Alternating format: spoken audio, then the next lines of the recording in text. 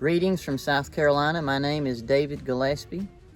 In this episode, I would like to show you how I changed out the windows and the window felt and the window channels in the back windows of my 1930 Ford Model A Tudor sedan. And to take out the window and the regulator, I'm going to take off these screws here around this triangular panel and then remove the handle.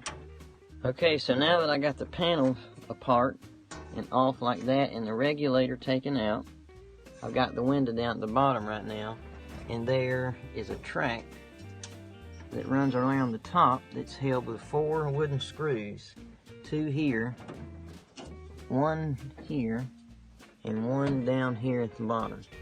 After you take those 4 off, you can literally tilt this frame back like that right there, and I think that's going to be helpful.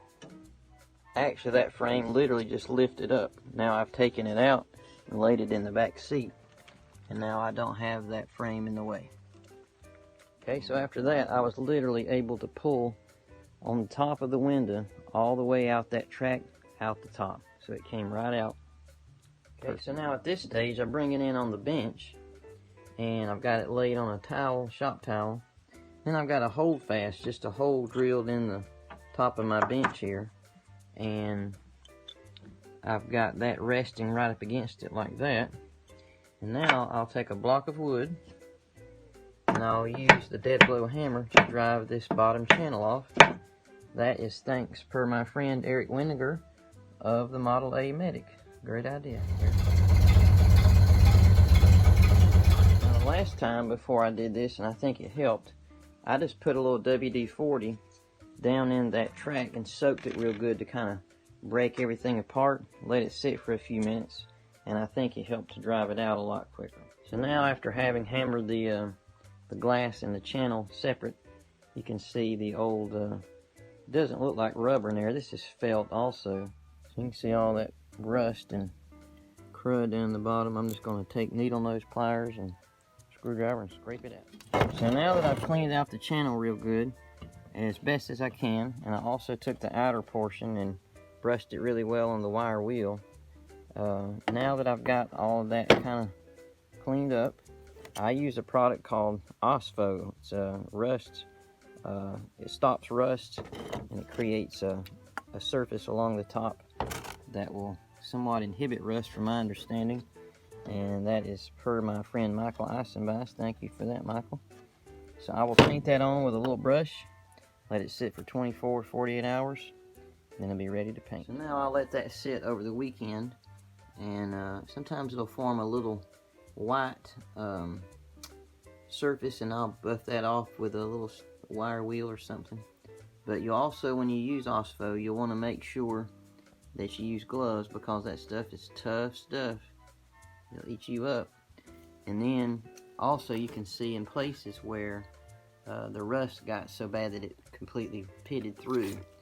Thankfully, this isn't an item to conduct water or anything, so it's just a structural element to hold in the window.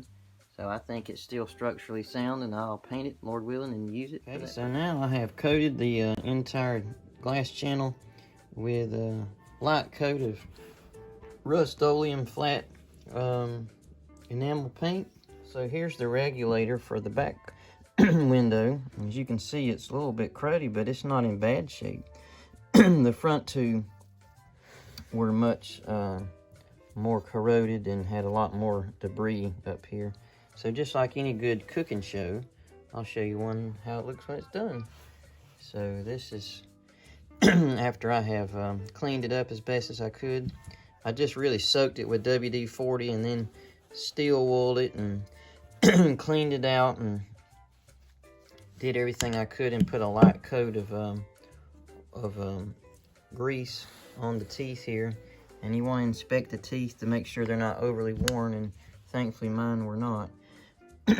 So I just soaked it down with 3-in-1 oil here and just put a light coat of oil over everything and then wiped it off so it doesn't stick a lot of crud to it. So that's how it looks before. And I'll just start out by wiping it down real good with a glass cleaner. As you can see, I had somebody spray paint the car back in the 50s, it looks like, and they just left the glass in there and painted all around it. And now I'm just taking a little mineral spirits on a rag, wiping it over these areas that had the paint job done on it. Let that soak in for a minute. I'll come back with a razor blade and hopefully scrape it off. Okay, as you can see, the razor blade is working well.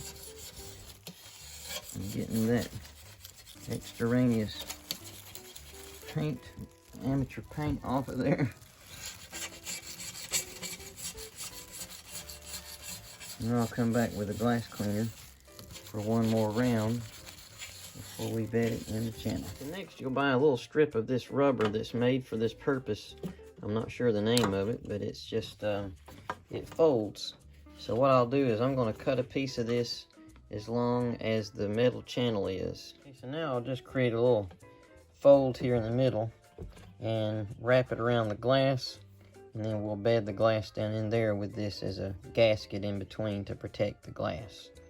So also, while I had this out, I noticed that the middle was much fatter. It had bulged out over the years, so I just clamped it in my vise and squoze it to be a uniform thickness all the way down.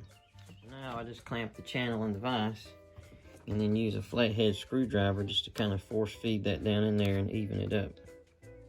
While having it propped against the wall there, I can take my block and dead blow hammer and gently tap that back home and bed the glass.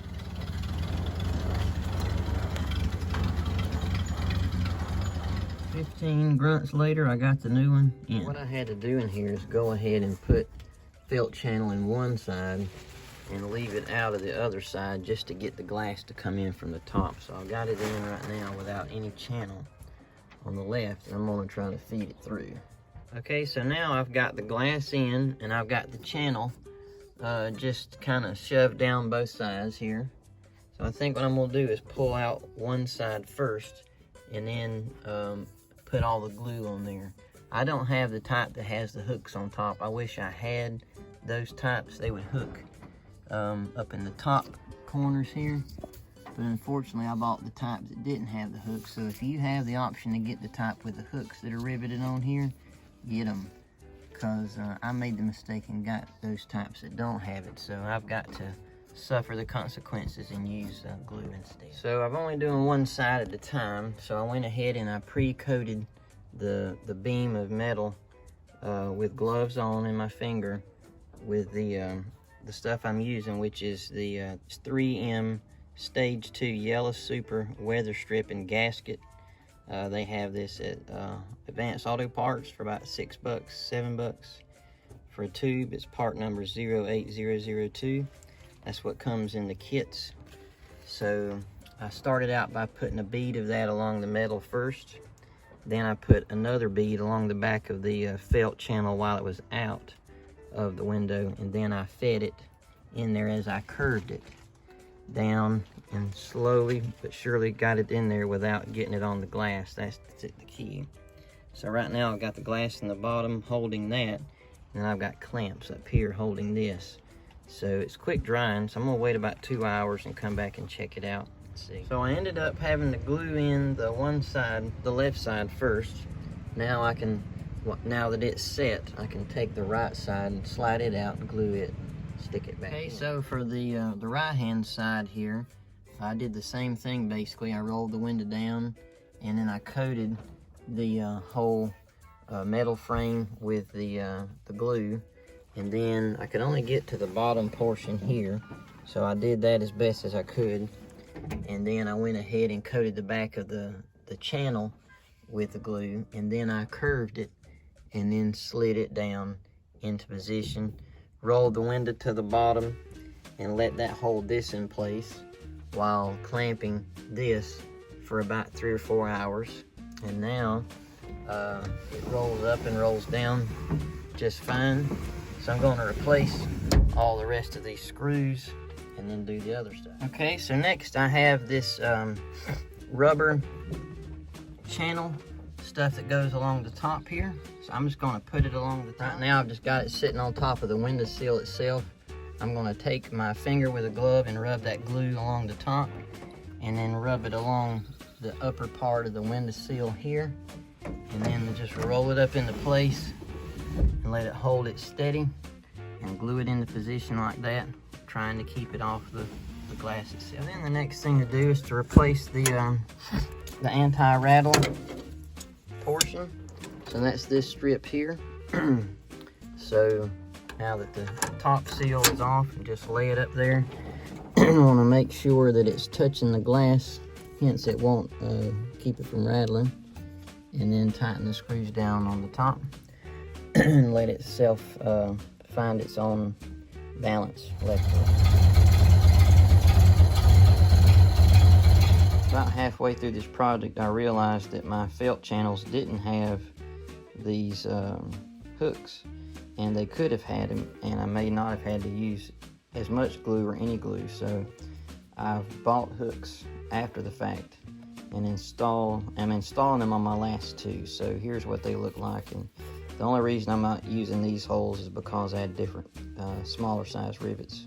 So the rivet head goes down in the channel below the surface, so it won't touch the glass. And so that is what I recommend, to buy the channel that already has the hooks installed, per Eric Winiger of the Model A Medic. Thanks. Okay, so on that piece, I was able to figure out a way to get it to fit on the driver's side door at the front and the two-door. That hook goes up into this spot here, just like that.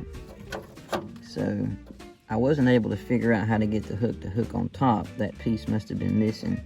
So, but to have that one in there is fantastic for me, because it'll keep it from curling up. So I'm still going to apply a little glue along that channel there, and we should be ready to roll. But that'll help that one from coming out in years to come. Lastly, I'd like to say that on this door, I'm putting a little bit of just masking tape lightly touched to it, in case that glue decides to transfer itself, because that stuff is wicked stuff. I don't want it to get on my finish, so I don't want you to get it on your finish either.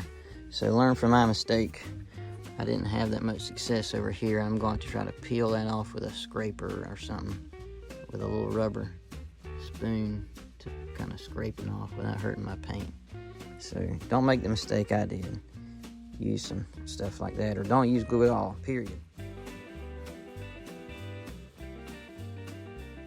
Okay, so out of necessity, I've had to learn to attach these clips to the felt channel, and because my rivets were smaller, I used a smaller hole. So this is the type of rivet that I got at the hardware store, and I'm literally just using a ball peen hammer to peen the other side shut. So I've got my hole drilled all the way through here. Now I'm going to try to stick it through there and peen that side. And a trick that I learned, in order to fish it through properly, if I take a tiny file, or just a small skewer, like a bamboo skewer, and stick it through like that, that gives me a center point to mount my rivet to, and that way when I push it through, I know that I'm feeding it straight through the hole. And that actually makes it a whole lot easier, because otherwise it's impossible to try to do it by hand. And there it comes through the hole, and there's just enough there to peen over, and that's what we're looking for. Now the other major problem is how to peen the other side through here, so I had to come up with a trick for that as well, which I'll show you. So I have this little part here that I used out of the brake riveting tool that we use for the Model A, the brake shoes. I'm just going to clamp it up about right there like that. Now I can set that down, that channel, right over top of that, and use that to peen the other side. So now I can just, by feel, tell when it's on top of that metal, and I'll use the ball end of the ball peen hammer to kind of smash it. Just light taps is all I'm going to tap it. I can't really hold it here, but I'll just tell you that I'm going to just lightly tap the middle of it and start to spread it out. Now you can see it's starting to mushroom out a little bit. Okay, and that's what I'll end up going with right there.